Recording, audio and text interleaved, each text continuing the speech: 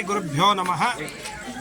ಸುಕ್ಷೇತ್ರ ಎಲೆನವರಿಗೆ ಆರಾಧ್ಯ ದೈವವಾಗಿರುವ ಶ್ರೀ ನಾಗಲಿಂಗೇಶ್ವರರ ಸದ್ಭಕ್ತರಾಗಿರುವಂಥ ನಮ್ಮ ಕೇದಾರನಾಥ್ ಅಣ್ಣ ಕುಲಕರ್ಣಿಯವರು ವಿಶೇಷವಾಗಿರುವಂಥ ನೋಡ್ರಿ, ಕಾಯಕ ಯೋಗಿ ಸೇವಾ ಸಂಸ್ಥೆ ಪ್ರತಿಷ್ಠಾನ ರಿಜಿಸ್ಟರ್ ಕಲಬುರಗಿ. ಅದರ ಹೆಸರೇ ಹೇಳ್ತಿದ್ರಿ ಕಾಯಕ ಯೋಗಿ ಸೇವಾ. ಅಂದ್ರೆ ಏನು ನಮ್ಮ ಸಾಲು ಮರದ ತಿಮ್ಮಕ್ಕೆ ಹೆಸರು ಮಾಡಿದಳು ಯಾವ ಒಂದು ಇದಕ್ಕಾಗಿ ಪರಿಸರ ಪರಿಜ್ಞೆಗೋಸ್ಕರವಾಗಿ.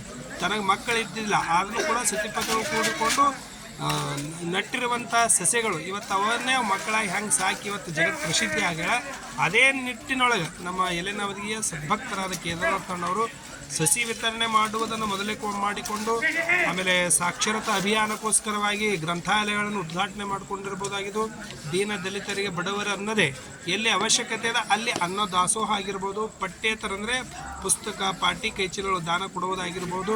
ಹಾಗೂ ನಮ್ಮ ದೇವಸ್ಥಾನದಲ್ಲಿ ನೋಡಿದಂಥ ವೈಭವವಾದ ಜಾತ್ರೆ ನಡೀತೀವಿ. ಇವತ್ತು ಈ ವರ್ಷ 31ನೇ ವರ್ಷದ ಜಾತ್ರಾ ಮಹೋತ್ಸವ. ನಾವು ಬರ್ತಾ ಇರೋದಿದೆ 2ನೇ ವರ್ಷದ ಪುರಾಣ. ಮೊದಲು ಬಂದಿದ್ವಿ ಮತ್ತು ಈಗಲೂ ಖರ್ಚಿದ್ದಾರೆ. ಅಲ್ಲಿನೂ ಕೂಡ ನಮ್ಮ ಕೇದಾರನಾಥಣ್ಣವರು ಸೇರಿರುವಂಥ ಸುಮಾರು 500ರಿಂದ 600 ಜನ ತಾಯಂದಿರಿ ಉಡಿ ತುಂಬಿದ್ರು. ಏನೇ ಖರ್ಚು ಬರಲಿ ಮತ್ತು ನಾನು ನಿಭಾಯಿಸ್ತೀನಿ ಅನ್ನುವಂಥ ಎದೆಗಾರಿಕೆಯಿಂದ ಒಪ್ಪಿಕೊಂಡು ಅವರೆಲ್ಲ ಮಂತವರು, ಅವರ ಅಣ್ಣ, ಅವರ ಸಹೋದರ ಆಗಿರೋ ಸುರೇಶ್ ಅಣ್ಣವರಾಗಿರ್ಬೋದು ಅಥವಾ ಇವರು ನಮ್ಮ ಕೇದಾರನಾಥ್ ಅಣ್ಣವರಾಗಿರ್ಬೋದು ಉಡಿ ತುಂಬಿ ಅವರೆಲ್ಲ ಆಶೀರ್ವಾದ ಪಡೆದ್ರು.